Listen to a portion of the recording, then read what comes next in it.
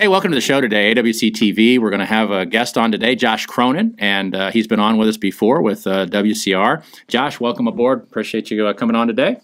What's up? Yeah, thanks for having me. Hey, no problem. I assume because of the season, it's springtime, it's sprung, that things are ramping up, and it's busy season. It is. It caught us a little sooner than we thought, but that's good. If we're busy, that means everybody's busy.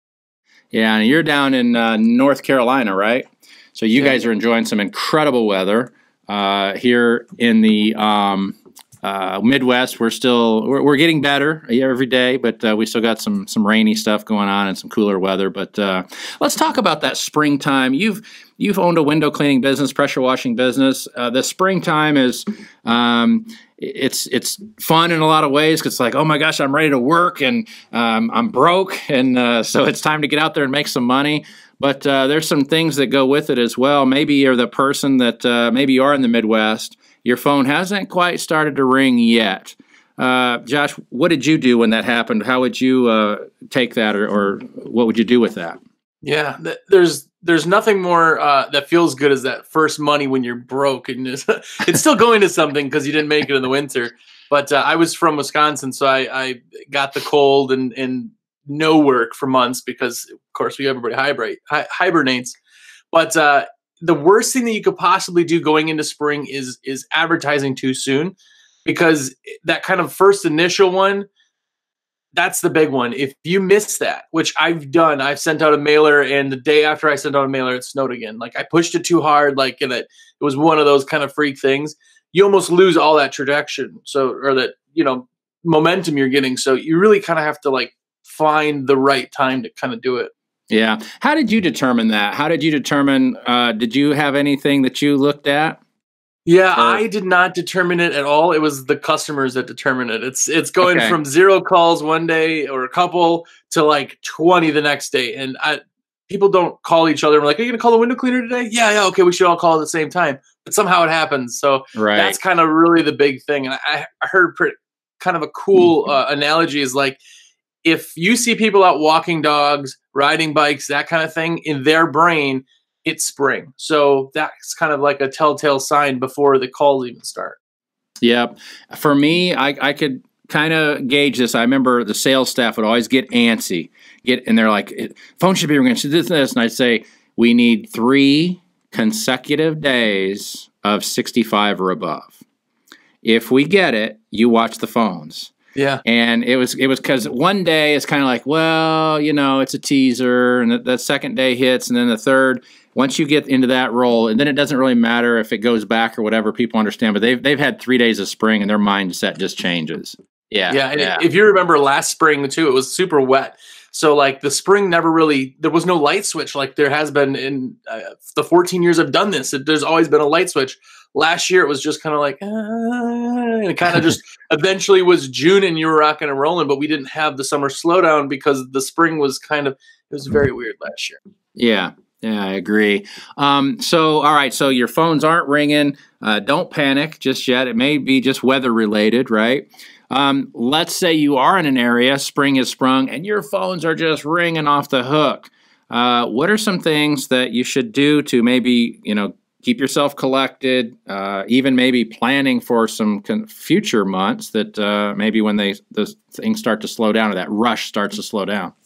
Yeah. So one thing that I think is a really kind of cool concept is that switching your pricing around, which everybody thinks like, oh, well, if I had it last year, I got to save it. It's got to be the same thing. Well, if people are calling you and you're busy, that $199 special may be $249 because the demand's there. People go, well, you can't do that. But here's the thing. If somebody calls you and they say, well, that's just too high. Well, you say, hey, well, I understand that. In July, we slow down. I'd love to put you in a slot in July, and I can bring you back down to that $199 when we get through our rush.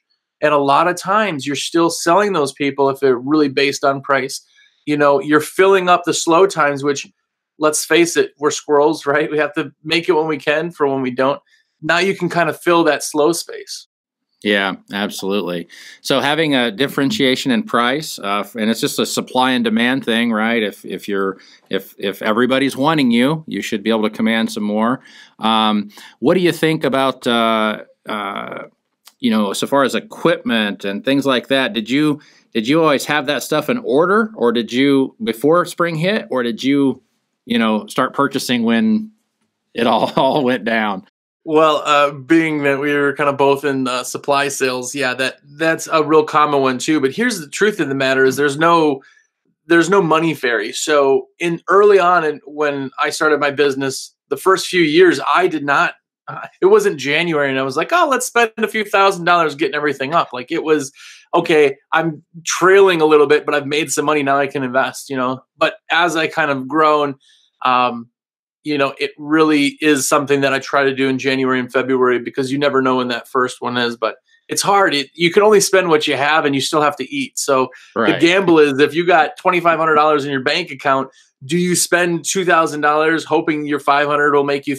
Maybe it's a late winter. So it's a gamble. It's why all of us business owners have ulcers and heart issues and whatever else. Absolutely. So, yeah, I remember, I mean, towards the end of my business, we had enough winter work and all that stuff that we ran par levels on our inventories and stuff. So we always had, a certain amount of inventory in. But I can remember early on, you're hoping that your dry rotted rubber that you left in the garage that froze all winter is going to get you through just a few of those jobs so you get another gross order.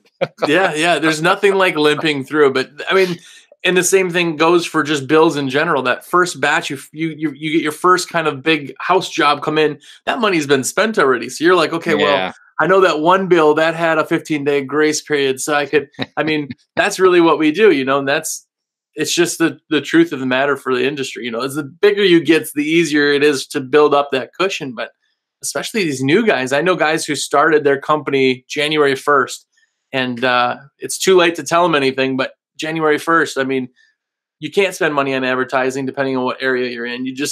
You kind of have to wait, Yeah. Another facet I think sometimes business owners will get in is in spring, they get so busy that they think, well, I'm busy, so I don't need to do any advertising. Talk to us a little bit about that. Why would that be wrong?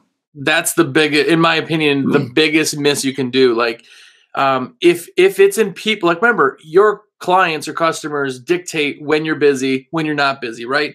Same thing as if it's downpouring, people aren't calling you like, oh, I'm thinking about getting my windows done. It just doesn't happen because they're the ones that dictate you're busy or not. And if it's in people's brains, even if it's in some people's brains, but those other people haven't called you, that's the time that you advertise the heck out of it. You put as much money as you possibly can. Even if you're booked up right now, that gets pushed, you want to have a little bit of, you don't want to be booked out 2 days. You want to be booked out a few weeks just so that you have that and continue to be a few weeks, 2 weeks later, you're still 2 weeks booked out. And that's kind of where the train goes, So if you're not advertising, you're going to miss that. You're going to advertise when it's slow and nobody cares. You can't advertise in winter. Yeah. And I think it speaks to kind of what you were saying, though. Everybody comes out of the winter broke. And so the last thing I'm thinking about is paying for advertising. I'm trying to pay the bills off from the winter that I had, right? And, so, yeah, it's just kind of one of those catches. But it's a bad mindset. You really want to keep that stuff going forward so that there isn't that dip or whatever.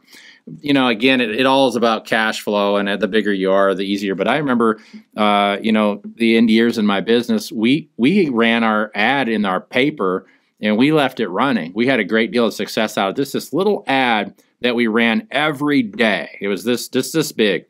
And we rerun it all winter. And my mindset was when they get ready to make the decision, I want them to have seen me all the year, right? Every single time they opened that thing, I want them to see it. And it worked. That thing paid for itself many, many times over. But again, when the last 3-4 years of our business, we had really good cash flow and all the time, and so it's easier to do those things when you have cash flow. That's for sure. Yeah. Well, here's a question to kind of go back on you. So, being that you're in the kind of media side of things and seeing how things are changing and a lot more kind of on the digital side and the print side, it's different from when we started way back in the day when you spent most of your budget in kind of the phone book. what do you do? Like, what would you be doing now? Would you still have that ad in the paper, or would you be kind of diversifying that now?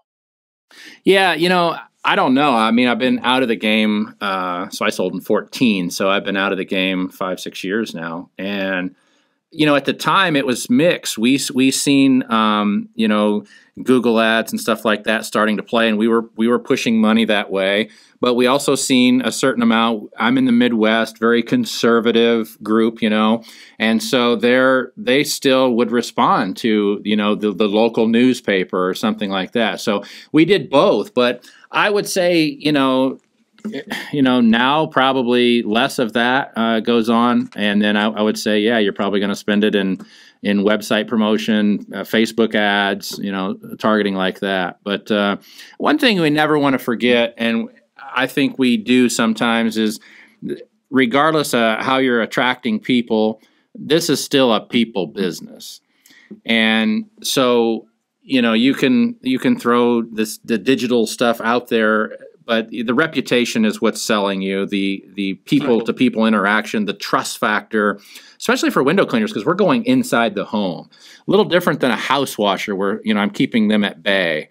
But when I invite somebody in the home, there's a reputation that I'm looking for, myself anyway. And I'm sure that my consumers would be that way too. But yeah, it's certainly changed. I mean, I remember sitting down with the Yellow Page guy, take him out to lunch, and I'd try to bribe him and get him to tell me what the competitor did. Did he go full page this year? Did he go half? What did he do? I don't want to spend the money if I don't have to. I remember starting to really, and it's interesting. There's a lot of new guys who will never ever have been advertised in the phone book, so they're not going to understand the amount of money we pay to be in there. But and every book, how many books were you in your region? Yeah. There's 3. I think I was talking to a guy in Texas was in 13 different books, and it's crazy. But I remember when I finally decided to start tracking things a lot more close, and I saw that the phone books, the entire year, I had a $220 worth of work that I've generated out of the phone book, and my payments on that phone book were, I think over that per month is what we were paying at the time. So it blew me away. So pulling out of the phone book for that first time was like, I can't believe we're not even in the phone book anymore. Are we even a business if we're not in the phone book? It was crazy, yeah. But you got to go where kind of average, see where your market or where your area is and kind of tailor it to that. Yeah. And I was one too. I loved guerrilla marketing. I loved the face-to-face. It didn't bother me at all to, walk right up to somebody's house and talk to them, especially if we were in the neighborhood already. We talked, I think, one other time about 5 rounds. I was big on that, and I knew we live in a small area, so I could pretty much be anywhere in my residential market within 15 minutes. And we don't have traffic around here. We don't know what that is. So, it was a big deal to go out. And I knew if I went out, if I met you, I had a 98% close rate, right? And not only was I going to get you, I'm going to get your neighbor beside you, and I'm going to get all of you, right? Yeah. And so I really enjoyed that type of thing, that, whatever you want to call it, grassroots guerrilla marketing type stuff. It was free, and it just worked very well. So. It was it was the excitement of, you're right there, closing the deal, Yeah. And that's really, sometimes people forget that, but that's a service business like what we are. We're just selling us. We're selling our time. If I pick up dog poop or I clean a window, I'm still selling my time. And that's what it is. When a lot of these people can make connections, and even if it's not, if you have employees but you have a really good operations officer, we had crew chiefs, every crew kind of had that one guy who was the face, those people, those are the ones that sell the jobs and get people to, they become fans. They're not just customers at that point. Absolutely. Yeah. And the other thing is, I just couldn't sleep at night thinking that I spent X amount of dollars on an ad. And it could be with Facebook to this day, right? You get into a place because it was a Facebook ad and they call you. Man, I wouldn't be able to sleep at night if the houses right beside me didn't get a chance to talk to me. I spent money to get there, right? It wasn't about that customer. It was about everywhere else. And so I've got to talk to, they got to meet me. They got to know who I am. And so, yeah, I really encourage window cleaners today to do the same thing. Get out there, get seen, get meet the neighbors. They're generally in their yards too, and they want to know what's going on, and go talk to them. So diversify, do it all. Yeah. What would you say to a guy that this is his first year? So it's his first spring. It's that guy that started in January. Nobody really knows them yet. And there is a certain amount of just because we are a reputation business, there's a certain amount of business you're not going to get in your first year of business because nobody knows you. And why should they trust you? It's your first year in business, right? What advice would you give to them to try to, just keep momentum going? Yeah, well, first off, I would hug them and tell them everything's going to be okay. Stick with it. Stick with it. But no, here's the thing. You have time or money. And when you're new in business, you have more time than you have money, obviously, unless you have some kind of oil tycoon money that you're just trying to figure out a way to do. But if you have more time than money, you should still work 8 hours a day, even if you don't have 8 hours of work to do. Go out there, do flyering, do, like you said, door knocking, go put business cards up, do all of those free things that still take time. Put a Craigslist ad up in services every other day, all those little things help. Putting your name on even, backlinks, which I know people will say, well, that doesn't work on your website. It doesn't, but it makes you still searchable if it's popping up places, Creating all of that is just as important as down the road. And when you're so busy that you can't do any of that, it all had to be laid out. If it's not, then you lose out on all that. Yeah, absolutely.